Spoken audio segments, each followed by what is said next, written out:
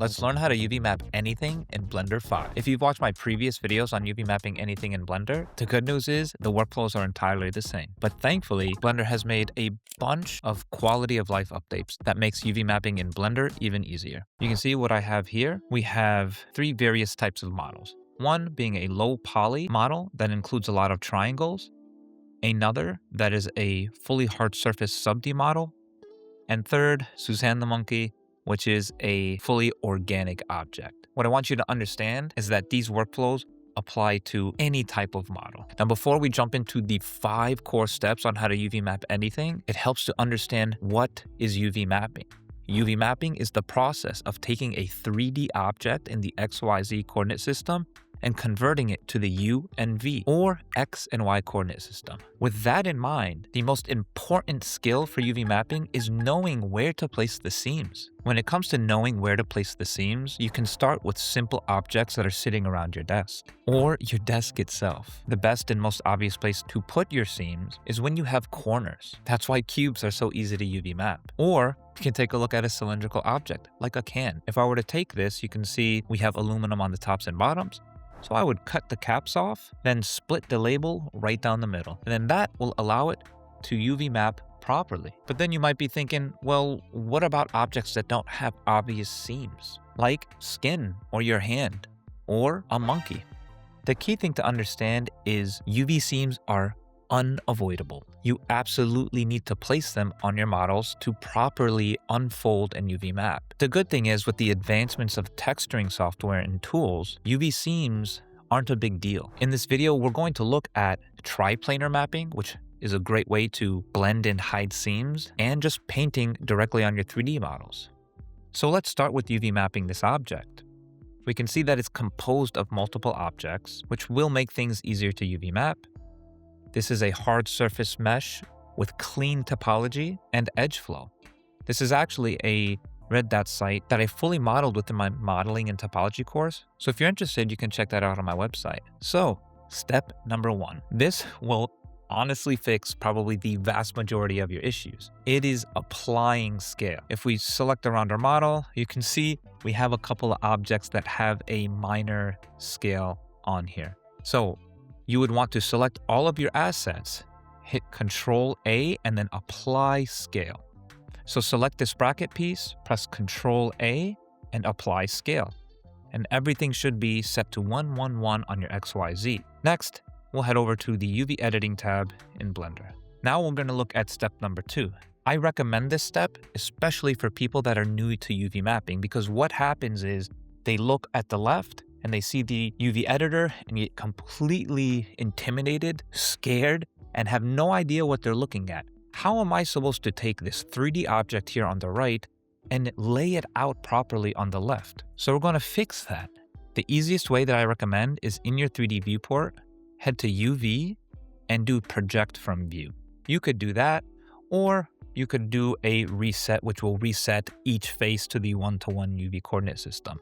But I like using project from view because it keeps things very nice and clean. Next, I'll hit tab and then forward num// so I can really focus in on this object, this bracket piece. I will turn on my wireframe, and this is what we're looking at. Now here, you should already be visualizing where you want to select your UV seams. The most obvious places are going to be where you have corners or large changes in surfaces. So with this selected, I'll hit tab, then press 2 to go into edit mode. With that selected, we'll now select our edge loops. So the way that I want to do that is hold Alt, and this will select your edge loop. I'll press N to hide the panel, and I'll select the other panel, because remember, this is a fully solid object. So like our can, we want to just split the top and the bottom. That's always your go-to when it comes to UV mapping. Then from here, remember, we want to split it down the center. So I would select this edge here with Control, go all the way down to the end of the edge here, and while holding Control, left click that edge, and there you go. This should be all the seams that we need to get started for UV mapping. So if you right click now, you can mark seam, and there it is. It will turn everything red. You could also right click and press M on your keyboard to mark seam. Then you press 3 to go into face mode, and we can select all of our faces. Now, one thing that's super nice now is this here at the top left. I brought this up in my last video, but UV sync can be enabled and is enabled by default now. Meaning that if I just select this model, this little guy here will be selected, which this is super nice because now this behaves like your traditional or almost every other UV editing tool. So with that, press A to select all, because we're about to do step number 3, which is unwrap or unfold. So if I right click, you see that we have unwrap. So simply unwrap, and there it is. Perfect. One thing to keep in mind is that in the unwrap settings, we have a couple different types of methods. We have conformal and angle-based. The key thing to keep in mind is angle-based is really good for organic models like characters or monkeys or something that's not hard surface. Conformal is really good when it comes to more of these geometric or hard surface pieces of geometry. Don't worry so much about remembering exactly that, because really all you need to do is, if one's not giving you the results you need, just try another, right? We try angle-based, is about the same, minimum stretch. Okay, a little bit of distortion here. We definitely don't want that. So I'm completely fine with what it defaulted to, which is conformal. Now we go on to step number 5, which is going to be packing, because what happens is the default UV unwrap is essentially overlapping or getting very, very close, right? This is very bad when it comes to texturing. We need to have what's called padding. We need to have distances between our UV islands to avoid issues later when we're texturing. So what I can do now is, with all of this selected, you can just select all with A, then go to UV, then we have pack islands. Here we can see these are the default settings. I typically bump up the margin to maybe 0.005 and hit pack. And there you go. And what this does now is it gives us a nice distance between our objects. Now I've assigned this to my quick favorites, as in if I hit Q, you'll see that I have quick favorites and pack islands. So I'll do pack islands again. You could do maybe a 0.01 and do a pack, and that gives us some nice padding between our islands. Great. So those are the 5 core steps to UV map anything. Apply your scale, reset or project from view to create a clean slate for your UVs, select your edges and mark seams, unwrap and unfold your UVs, and pack your UVs. We're going to take that core workflow and apply it to our objects over and over again. Now, you want to get in the habit of always checking your UVs. How do we do that? If we have this object selected, we head over to our shading tab. You can see we have this nice simple texture map. Now, this texture map can be just brought in from our UV editor. For example, I can head over here. If I give myself a little bit more, we do create a new image in our UV editor, and I'll just call this UV checker. I'll set this to 2048. We do generated type UV grid and do new image, and there you go. This will give you a default checker map that we can use on our model. So then here, with that selected, we head over to shading and we can put that new checker map. You can see I have UV checker right here. That was the one I just generated. And then there it is. It's literally the same one that I had just generated. And this will now allow me to review the model. Now, if you're not seeing it by default, it's just our render mode. We can see we have viewport shading set to solid. So you could set that to material preview or hit Z on your Z on your keyboard and then do material preview. You can switch back to solid, material preview. That's a very quick way to just jump back and forth. And the goal here, you guys, is we want nice, clean grids, square-like checkers. We don't want this to be, if I just happen to go in here and scale this, we start to get rectangular. That's going to cause an issue. But everything looks good. Let's apply this workflow to another object, something that's a bit more complex. If you want to learn game art the right way and not just follow random tutorials, I built a full game art program that walks you through the entire pipeline from an idea to a finished portfolio piece. It's split into 2 courses. Modeling and UV mapping foundations is the first one, and texturing, rendering, and presentation is the second. Each has over 40 modules, 15 hours of narrated content, exercises, time lapses, project files. And you're not doing it alone. You get access to a private Discord community where you can ask questions and get feedback along the way. If you want real-world production workflows you can use for both studio work and your personal projects, the program is live now. I'll see you there.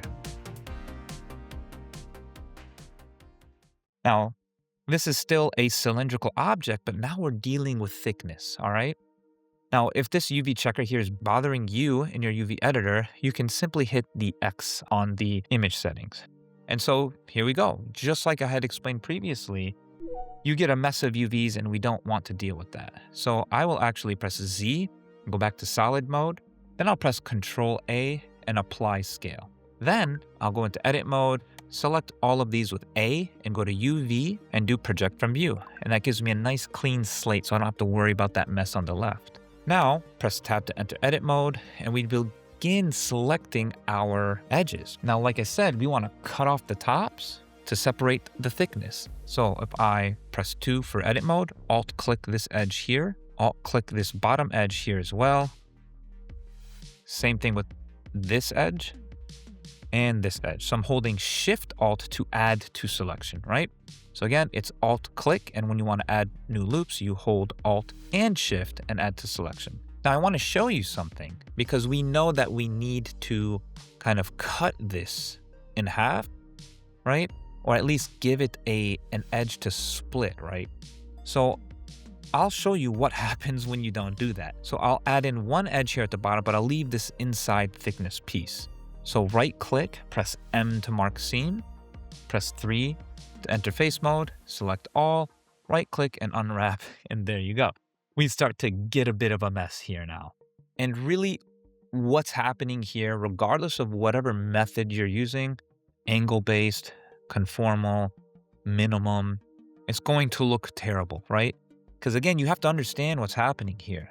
Without a seam, right? Literally, if you were to try to take this label here as a sleeve and then try to lay it flat without cutting that back label portion, you're gonna have a bad time. That's exactly what's happening here. And I look at this with material preview, with this material, and the top side or the outside looks good, but we look on the inside and it's actually a pretty interesting effect, right? It looks nightmarish. So we already know what the fix is.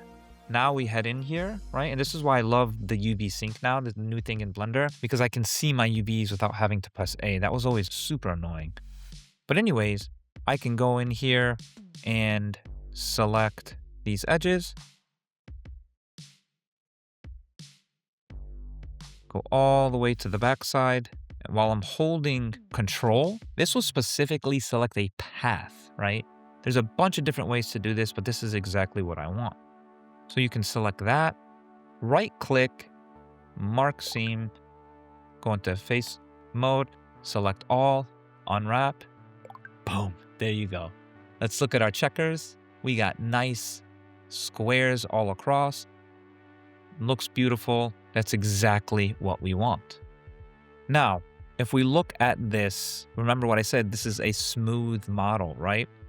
So if I head down to the bottom and look at this UV seam, in our subdivision, we have this here, which is Catmull Clark. It's smoothing by 2 subdivisions. And if I go to advanced, notice what's happening. It's preserving our borders. And so we get this little bit of distortion here that's happening. You see that? This bit of a distortion. You can also visualize distortion. So if I go over here to overlays, this will visualize distortion. The first thing I have to do is go into edit mode, and let me move this over to the side. And now head over to UV stretch and look at that.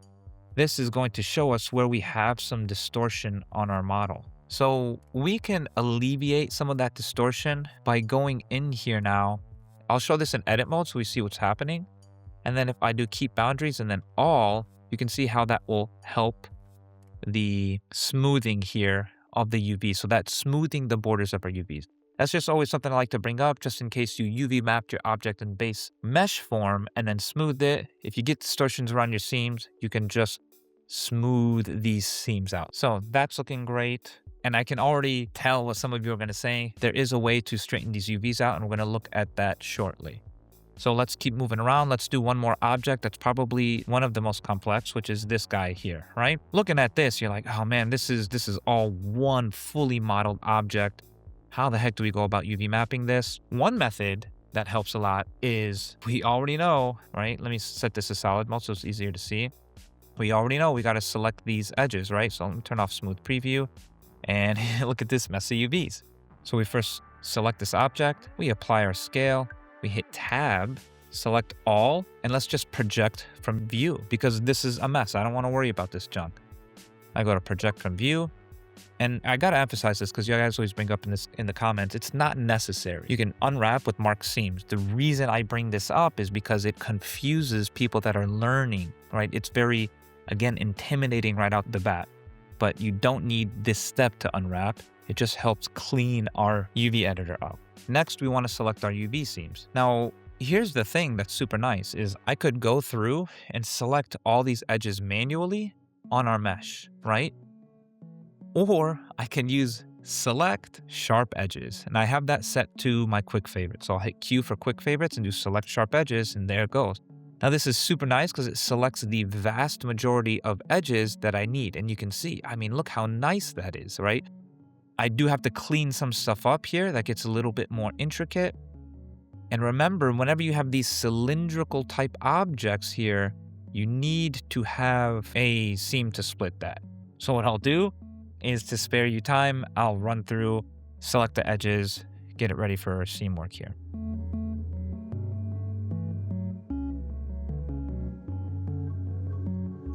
So I just went through, cleaned up the edge selection, and now I'm ready to move on to the next step. So which is right click, mark seam, press 3A to select all, and then all in my UV editor, right click and unwrap.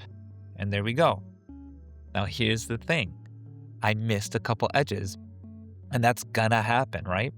You're like, oh shoot, I missed some edges over here. No big deal. And this is why this is the update for Blender 5 with this fantastic UV sync on. So I can go in and select my edges here right in the UV editor. To finish that selection, it's these edges right here that I forgot. And then I can go to UV and then mark seam right in the editor, right? So then if I go in and let's say I press L to select link and then unwrap, boom, look at that. I can just do that right in the UV editor. And this, like, long-time professional 3D artist, I've been using Maya forever. I've been using UV plugins forever. This is super, super nice and is probably one of my favorite quality of life updates. So I select everything, good to go. And we see that overall, it's pretty good. It's using minimum stretch. I could use conformal. Look at that, right? Conformal, which is made for hard surface objects like these, UV maps it so much nicer. We double check our overlay. We can see, oh, our overlay is on. We see that we don't get any or too much blue, or wait, there it is actually. Notice you might get some extra blue or green. Those are areas of distortion. So we look at our material preview. We apply the UV checker material. Let's select linked here with L. Ah, there we go, right? So I missed a couple areas. And this one is just barely, right? I missed this one tiny edge here. And this is where a lot of problems happen. This is why we have to go through this workflow of checking our UV distortion. I already have this in my quick favorites, so if I press Q, I can just mark that edge seam. There it is. I forgot to do that here too, so I'll select that one, right, press Q, and then mark seam. And this is why I always love showing you guys what happens when things go wrong. This is how I always teach my classes, right? And there it is. Beautiful. Everything's fine when it works, right? But it's always what happens when things don't work and how do you troubleshoot that to figure that out. Awesome, right? And so now you get the idea. It's that workflow over and over and over again. And then we have a finished version. So I'll hide this. I have the finished version. We jump to layout. I can go into material preview and this is it, right? We see how good everything looks. And let's see what happens when something else goes wrong. So I have the top piece here, and this is what I mean. We'll troubleshoot a couple of things, right? I'll take this, You can see that the mess of UVs here. If I right click unwrap it, still unwraps completely fine. Conformal looks great. But here's something that you have to keep a close eye on, is that it looks okay, but our grids here, they're not square, they're more rectangular, right? And think to yourself, why is that happening? What could cause this to have nicely UV mapped UVs, but not be square-like? It comes back to our first step, which is applying scale. If I select this and I press N, look at that. This has transforms on our Y and Z axes that I never applied, so no big deal. I'll hit Control A, apply scale, go back to my UV editor, press A, unwrap this, and watch what's about to happen, right? Look at these guys.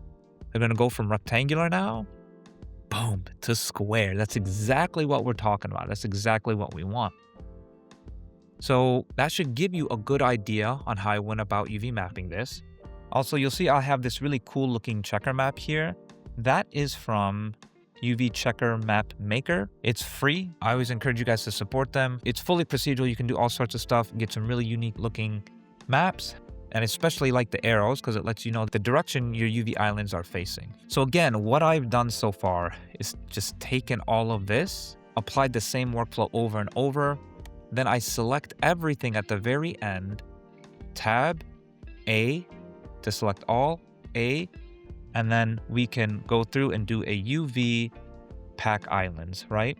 And it goes through in packs. Now this is using a different UV packer. I'm just showing vanilla Blender here. So you can see the UV packer by default does need a little bit of work. But again, even if I look at this object here, look at how this was UV mapped, right? And we can look at this in solid so we can clearly see where these UV seams are. All in all, it's right on the corner, right on the edges, and works very, very well. There were a couple other new updates in Blender 5. For example, let's say I just grab a few parts, or let's say I grab like my lens objects here, and I want those to be on a completely separate map, right? So I have these guys, should be one more in here. There we go. And let's say I want to separate these onto their own. So I can hit tab to enter edit mode, and then 3, and then A to select all. So we can use our numpad to move these in what's called the UDIN, right? So now I've moved this completely separate, which is great. Then I can say, hey, you know what? I want these guys, instead of being sporadic and all over the place, let me throw this down at this bottom quadrant here with Control B. So I'll do Control B and left marquee select. Boom. So I now have this specific area. And watch this. I can head over to UV Pack Islands. I have it on my quick favorites, so I'll do Pack Islands. And we can change this to Pack 2 Custom Region.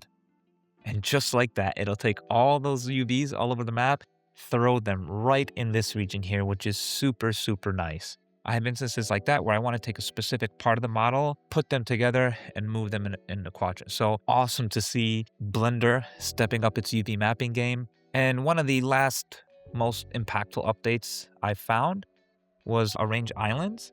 So you can now do it like this. You go to Arrange UV Islands. By the way, if you want to get rid of this quadrant thing, you do Control Alt B. Control Alt B. There you go. So again, we can arrange islands, and you can do it by X, Y. You can change the margin, how close you want these. So that's also super nice. You can do align by center. Very powerful way if you wanted to, especially if you're doing like texture sheets and whatnot. But okay, those are the key updates for Blender 5. What I'll look at now is addressing a couple of questions I get a lot. It's always nice when I can show nice clean topology, but what happens when you have an object like this, which is triangulated, right? A bit of a mess. Well, the same thing still applies, right? Like this is a very, very unique object here, right? So the way that I would go about it is if I turn off everything but my seams, there we go. I can select this, go into tab edit mode. I can go into edge mode, select sharp edges, and there you go. Like for hard surface objects, it works perfectly fine. I can mark my seam and then go about my day. And you could literally do that for everything. except this grip because it's organic, right? So I tab all of these. Let's say now I'll go into edge mode and do a select sharp edges. And I mean, there you go, right? It selects most of the sharp edges on my entire object. There are a couple things that I need to clean up, but that plus UV mapping will give me exactly, or give me the vast majority of my seams that I need. Because now with that, that's how I go through and UV map everything on this object here. Then one of my most common questions from teaching and my YouTube video is if I look at Suzanne here, she already has UVs. I go to UV editing. UVs are fine for this demonstration. And you might be concerned with, well, I want to minimize the amount of UVs, minimize the distortion. You cannot minimize distortion without UV seams. So the only way to get rid of distortion is by adding more UV seams. And so with this quick demonstration here, if I take this model with the UVs as is, head over to Substance Painter, I want to show you an example, right? So I have Suzanne here already baked with a material, but what's happening here is, look at this. We see this obvious seam here where we should have the marble continuous over the seam. That's where you can hide your UV seams by using something called triplanar mapping. So you see in Substance, I have my material, my mask, and then within my mask, I have this marble here being applied. With this marble selected, I go to projection and switch this from UV projection to triplanar projection, and there you go. It hides the UV seams, and really what it's doing, it's projecting the texture from X, Y, and Z in 3D space, hence triplanar, and it's blurring them, so it's a lot less noticeable. If you combine that with texture painting in 3D, I'll add a black mask here. I'll make this red so it's easy to see. And then in this, I'll quickly paint. And we have a seam right here, right? We have the seam right here. So we want to avoid that UV seam, right? Well, the good thing, you guys, is we can just simply paint in 3D. And look at that. It automatically takes care of everything for us. So now we don't have to worry about hiding our seams through the 2D UVs. We can do that right through 3D texture painting. And now to bring this home, this is exactly the workflow that I used for the game art environment you see in front of you. This is what I've included in my game art course. And for example, I'll select my lamp, isolate. We can take a look at all of this here, and we see all the nice UVs. And what's even nicer is that I specifically took all of these assets here and packed them down to this UV using these same exact workflows, using some extra add-ons, free by the way, to get these beautiful UVs that replicates a production pipeline. I will plan to release more YouTube videos on some of the add-ons that I use, but I wanted to make this one really focused on just using Blender 5 and Vanilla Blender. But in the meantime, if you're interested in learning more, be sure to check out the game art course, check out the Discord community. We've got hundreds of people already in there helping each other every day. So with that, I'll see you in the next one.